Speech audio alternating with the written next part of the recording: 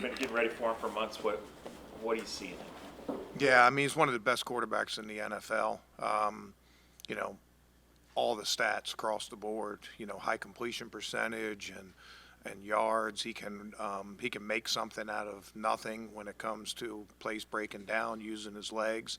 Doesn't run quite as much as he used to, but he's mainly running with a purpose now, buying time to find plays down the field.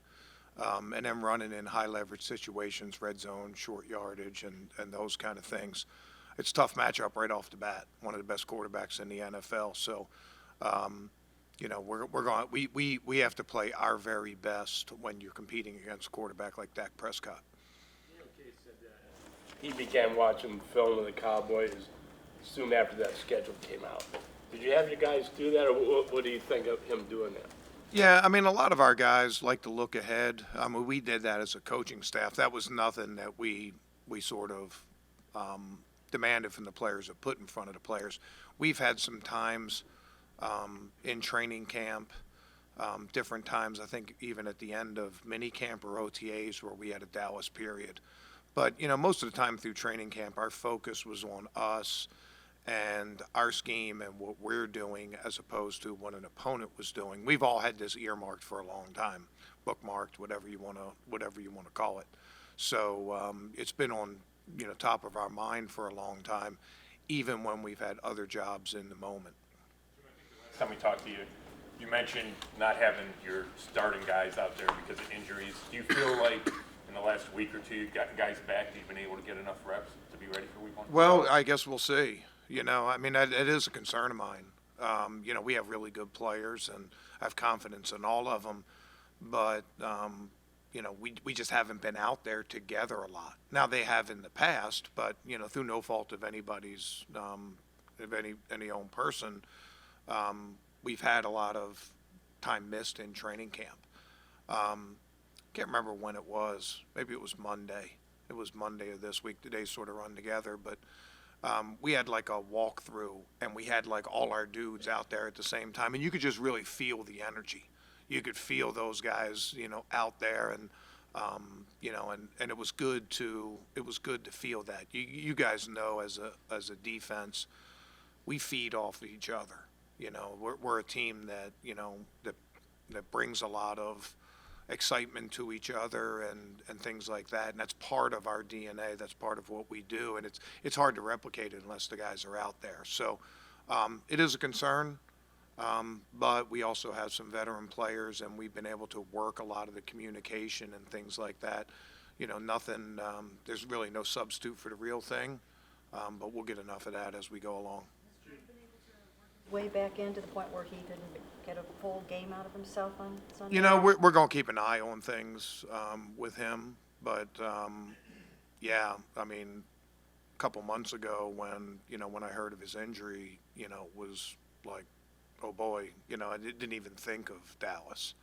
And then every step along the way, he has not only cleared the hurdles, but he's cleared them with a lot of room to spare. Just like we talked before, Greg is a guy that brings a lot of energy to us, and it's not just his play on the field, whether he's playing nickel or playing corner. We missed him when he wasn't out there. We'll have eyes on guys when it comes to long drives and number of snaps in the games. I don't think anybody's going to be on a quote pitch count, but a lot of times you do that in openers anyway. But we'll have a few guys especially eyes on just to make sure fatigue doesn't end up being a factor which could lead to an aggravation or a new injury. CeeDee Lamb, they throw it to him a ton. You know it's coming, so how do you stop it? Yeah, leader in receptions, leader in targets last year. Obviously the go-to guy in their offense. They move him around all over the place. We have a really good key on where he's going to be though, because he wears number 88, so we'll be able to find him. I like our matchups. This is NFL football, man. This is awesome. One of the best receivers in the NFL, and what I consider the best corner group in the NFL. And you guys know we play a lot of man-to-man, so it's going to be fun to watch those guys. Even if we're man, it's not always going to be no help. we're going to have a little different ways, whether we're putting pressure on to try to help that way, or we have leverage help or over-the-top help and things like that. It's not going to be one person or a one-on-one most of the time, but it's a great matchup, and it'll be exciting to watch. The feelings on attacking two rookie linemen in their first NFL game? Yeah, you know, we like our matchups usually on the offensive line, and you know, anytime we get a chance to play rookies. Now, I'd say this, Tony, both of those guys looked really good in the preseason, right? But first game, you know, we can present some tough matchups. We talked about CeeDee Lamb presenting tough matchups. Well, we got guys that can do that too, and I'm sure they'll have plans for it. Just like we said, you know, it's very rarely going to be one person with no help. I'm sure they'll take the same approach, whether it's with their center or with their left tackle. And you'll see a lot of different alignments, a lot of different matchups from us along the way, which is sort of normal for us. Going back to the injuries, while you had guys out, I mean, was there a silver lining that you were able to develop some guys, maybe feel better about the depth going into the opener than maybe, you know, especially with some of the young guys? Yeah, maybe a little bit. I don't again, you know, you like having your guys out there and making that progress. And, you know, I mean, it's a stupid saying, but I always tell the guys our job in training camp is to make 1 + 1 = 3, right? The sum has to be greater than our individual parts. And that's, you know, Denzel Ward playing off of Myles Garrett and, you know, just everything else. And we just didn't have time on task doing that. You know, we'll get it back, but other guys did get a lot of reps. And I think in a perverse way, some of our injuries might have even got our guys, as long as we're back from those injuries, might have even kept them fresh through training camp. So you can look at it a lot of ways, but, you know, when it's all said and done, the final score is going to be the final score. And there's not going to be a curve of who practiced in training camp or who didn't or who's back and who's hurt or whatever. Final score is the final score. The rookie linemen in preseason, do you see flinches by them, or they haven't played in front of a big crowd? Yeah, obviously we played better at home last year. I hope we play as good, if not better, at home this year. I hope we play a little bit better on the road. But part of us playing at home is our home crowd, making it difficult, you know, making it difficult for guys to hear crowd or to hear the quarterback signals.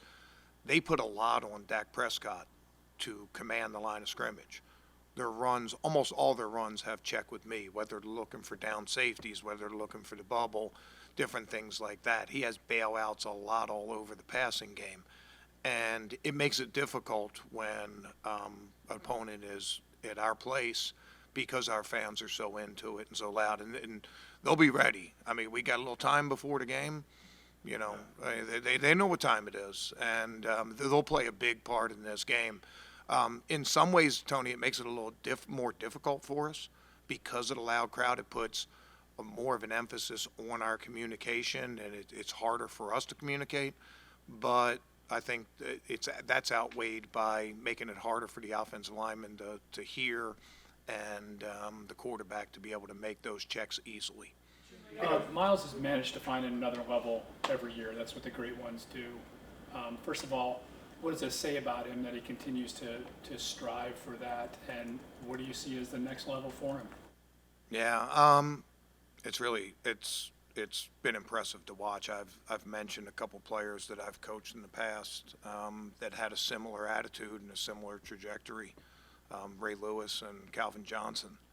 And, you know, no matter how good they were hungry for more. They were hungry. They didn't really compare themselves to others.